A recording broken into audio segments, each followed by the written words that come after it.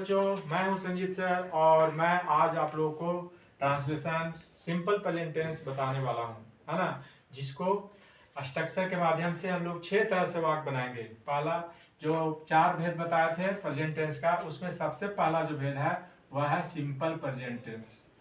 Simple present tense, इसे present indefinite tense भी कहा जाता है। सिंपल प्रेजेंट टेंस, है ना।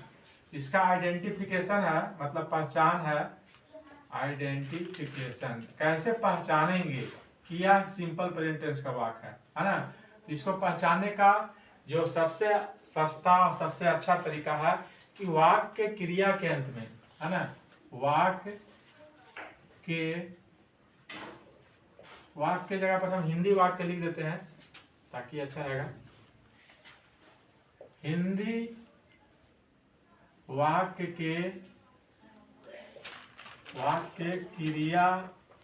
क्रिया मतलब वर्ब, जो पहले हम बताए हैं, है ना, और वर्ब पर लिखा थे। हिंदी वाक्य क्रिया के अंत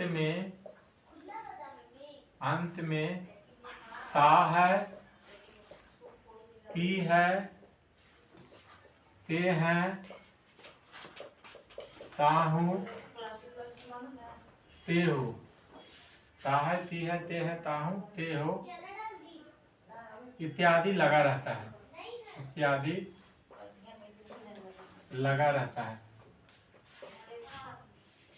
लगा रहता है। मतलब कि हिंदी वाक्य क्रिया के अंत में, हिंदी वाक्य जैसे राम किताब पढ़ता है, वे लोग गाना गाते हैं, हम लोग स्कूल जाते हैं, वैसे वाक्य में ताहती है जो लगा है वह सिंपल प्रेजेंट वाक्य। जैसे वह घर जाता है, वह घर जाता है, वे लोग किताब पढ़ते हैं, वे लोग किताब पढ़ते हैं, हम लोग रोटी खाते हैं, रोटी खाते हैं। इस तरह बच्चे क्रिकेट खेलते हैं। इस तरह बहुत सारे वाक्य आप बनाएंगे। जैसे ताहती पर वह किताब पढ़ता है, सीता गाना गाती है, वे लोग किताब पढ़ते हैं, मैं क्रिकेट खेलता हूँ, बच्चे हल्ला करते हैं। तो ये सब आप लोग गाना गाते हो। तो इस तरह से वाक्य होगा वह सिंपल प्रेजेंट टेंस का होगा। मतलब वाक्य क्रिया के अंत में, क्रिया क्या है? जाना। तो जाना से क्या हुआ? जाता है। पढ़ना, पढ़ना से पढ़ते हैं, है ना, वे लोग किताब पढ़ते हैं। तो यहाँ हुआ पढ़ते हैं। खाना से खाते हैं। तो यह जो वाक्य, इस तरह के जो वाक्य आएगा वह सिंपल प्रेजेंट टेंस का होगा। इसको पहचानेंगे, आइडेंटिफाई करेंगे कि यह जो जिस वाक्य क्रिया के अंत में ता है, ती है, ते है, ताहू, ते हो इत्यादि लगा रहता है, वह वाक्य सिंपल प्रेजेंट टेंस का होता है, जिसमें ये हो गया। अब इसमें क्या चीज की जरूरी है? तो स्ट्रक्चर है सब्जेक्ट प्लस V1 V5, है ना। तो V1 जो है, यहां पर देखेंगे कि V1 और डू यह प्लूरल है। प्लूरल मतलब बहुवचन है। इसका प्रयोग किसके साथ करेंगे? प्लूरल सब्जेक्ट के साथ करेंगे। दे, वी, यू, है ना, दे, वी, यू,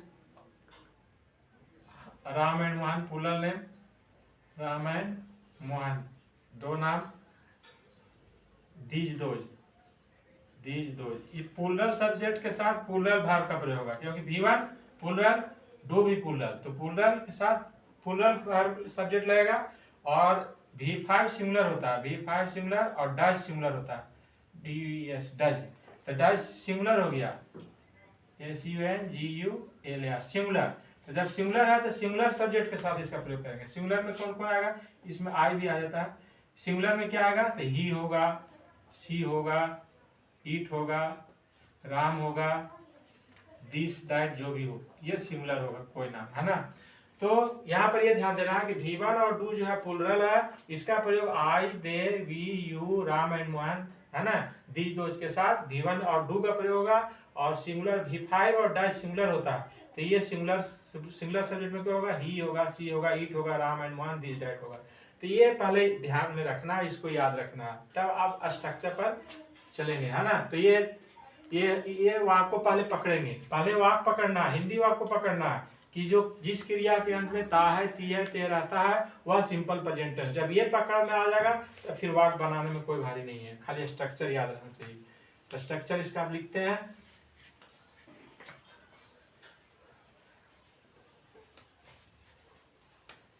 ज्यादा इसी वाक में, इसी टेंस में थोड़ा सा प्रॉब्लम रहता है, याद रखना, बाकी तो ज्यादा भारी नहीं है।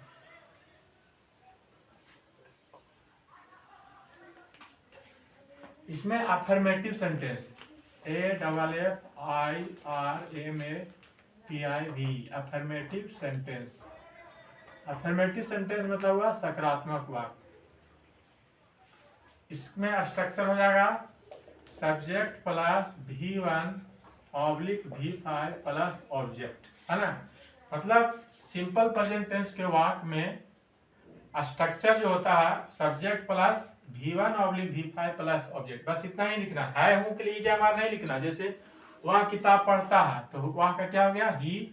पढ़ना का क्या होता है, रीड, और ही सिमिलर है तो V5 सिमिलर होता है, रीड का में एस लगा देंगे, रीड्स आ बुक। इसका अर्थ होगा वह किताब पढ़ता है, वह किताब पढ़ता है। यहाँ पर क्या करना है, ई जमा नहीं लगाना है के लिए, यहाँ है इसलिए ई जमा नहीं लगा, सिर्फ सब्जेक्ट V1/V5 ऑब्जेक्ट से ही इसका अर्थ होगा वह किताब पढ़ता है, ही रीड्स अ बुक, है ना। वे लोग क्रिकेट खेलते हैं तो वे लोग का अंग्रेजी क्या होगा, दे, और दे प्लूरल है तो इसलिए V1 प्लूरल होता है, तो खेलना का प्ले, तो दे प्ले क्रिकेट, है ना। वे लोग क्रिकेट खेलते हैं, है ना। इसका अर्थ होगा वे लोग क्रिकेट खेलते हैं, वे लोग क्रिकेट खेलते हैं। तो इस तरह ये जो वाक्य हुआ ये मतलब स्ट्रक्चर के आधार पर हुआ। Subject V1/V5 plus subject, subject हुआ ही, और ही सिमिलर है इसलिए रीड्स सिमिलर होता है, ही रीड्स अ बुक, वह किताब पढ़ता है।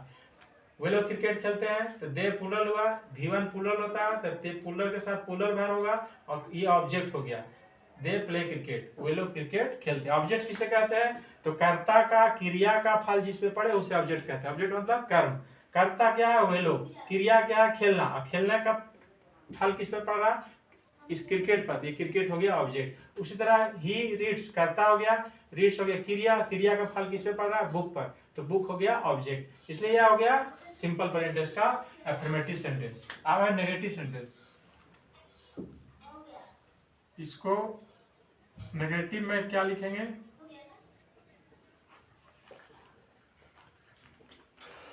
बहुत आगे लिख दिए, नेगेटिव सेंटेंस।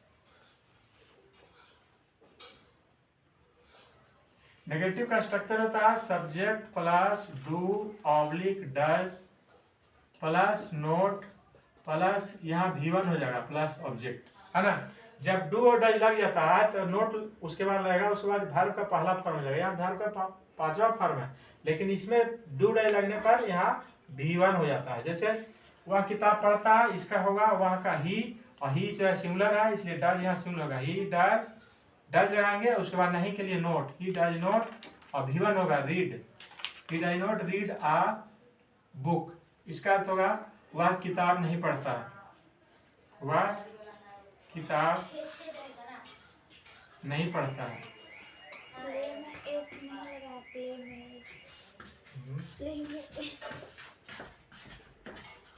वह किताब नहीं पढ़ता है ना। तो यहाँ पर जो है डू नोट और डज नोट का प्रयोग करना है। जब ता है, ती है, ते है, ताहू का वाक हो तो नोट के साथ खाली नोट नहीं लगेगा, यहाँ डू नोट या डज नोट का प्रयोग होगा, इतना ध्यान रखना है। यही चीज में लोग भुला जाते हैं, बच्चे लोग जहाँ गलती करते हैं डू डज नोट नहीं भूल जाते हैं लगाने के लिए। तो इसमें याद रखना है कि जब सिंपल प्रेजेंट टेंस का वाक में ता है, ती है का वाक है तो उसमें नेगेटिव के साथ माने नहीं वाला वाक में डू नोट और डज नोट का प्रयोग करना है ना। तो यहाँ और यहाँ V1 हो जाता है, तो वह किताब नहीं पढ़ता, he does not read a book, है ना। अब इंट्रोगेटिव में क्या होगा कि ये जो हेल्पिंग वर्ब है, डू डज हेल्पिंग वर्ब लिखा है हेल्पिंग वर्ब में, है ना, ये हेल्पिंग वर्ब को पहले लिख देना है, ठीक है।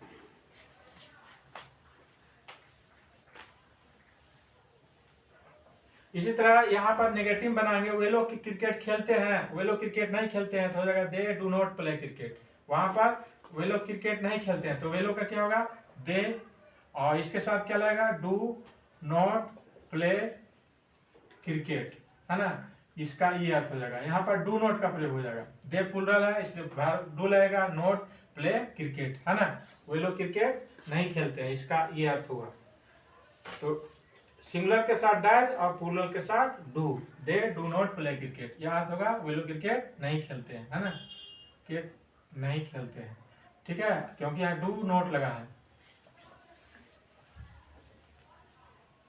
अब इसमें इंट्रोगेटिव सेंटेंस आईएस के लिए क्या करेंगे, डू डज पहले लिख देंगे, डू डज, क्योंकि डू डज हेल्पिंग हमारा है, तो क्या के लिए डू डज को पहले लिखा था V1 plus object question mark. क्या वे लोग क्रिकेट खेलते हैं, तो क्या के लिए डू पहले लिखेंगे क्योंकि डू प्लुरल है, और यहाँ पर they do they play cricket, इसका अर्थ होगा क्या वे लोग क्रिकेट खेलते हैं, क्या वे लोग क्रिकेट खेलते हैं,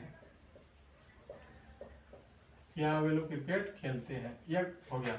उसी तरह क्या वह किताब पढ़ता है, तो क्या के लिए क्या लिखेंगे, यहाँ पर डज हो जाएगा, does he read a book, क्या वह किताब पढ़ता है, इसका अर्थ ये होगा, है ना, क्योंकि हेल्पिंग वर्ब, क्या वह किताब पढ़ता है,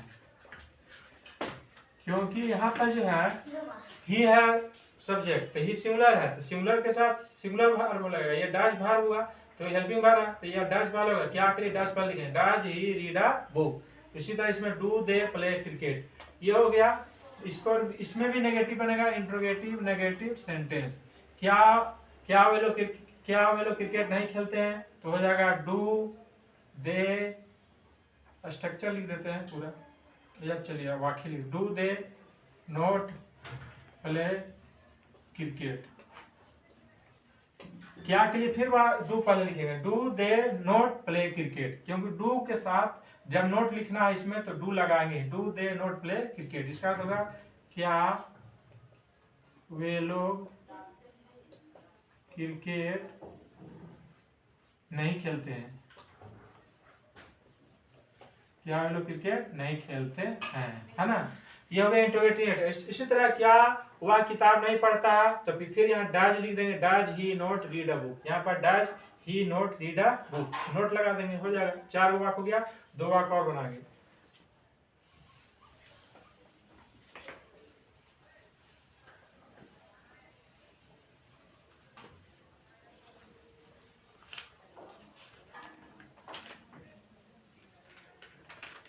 अब करना कुछ नहीं है, जो ऊपर वाक्य 2 को बनाए थे उसी में सिर्फ WH वर्ड लगा था, उसको कहते हैं प्योर इंट्रोगेटिव सेंटेंस, है ना। इसका स्ट्रक्चर होगा WH वर्ड प्लस डू या